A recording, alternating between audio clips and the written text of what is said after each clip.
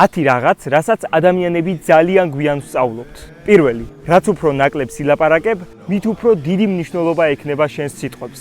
მეორე, ყველაფერს პირადულად ნუ მიიღებ. ყველა ისი არ ფიქრობს შენზე, როგორც შენ გონია. მესამე, როდესაც შენ ფოკუსირდები პრობლემებზე, შენ გექნება უფრო მეტი პრობლემა, მაგრამ როდესაც შენ ფოკუსირდები შესაძლებლობებზე, შენ გექნება უფრო მეტი შესაძლებლობა. მეოთხე, არ აქვს მნიშვნელობა როგორ გტკივა. ერთ დღეს ბევრად უკეთ იქნები და მიხვდები, რომ შენმა ბრძოლამ შენი ცხოვრება შეცვალა უკეთესობისკენ. მეხუთე, ადამიანებს ხვდები გარკვეული მიზეზების გამო. ისინი ან გჭირდება შენი ცხოვრების შესაცვლელად, ან ეხმარები მათ, რომ შეცვალონ საკუთარი ცხოვრება.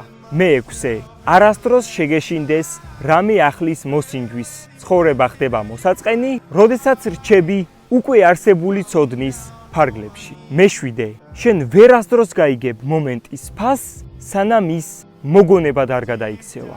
მერვე, თუ შენ ვერ აკონტროლებ შენს პირს, შენ ვერ გააკონტროლებ შენს მომავალს.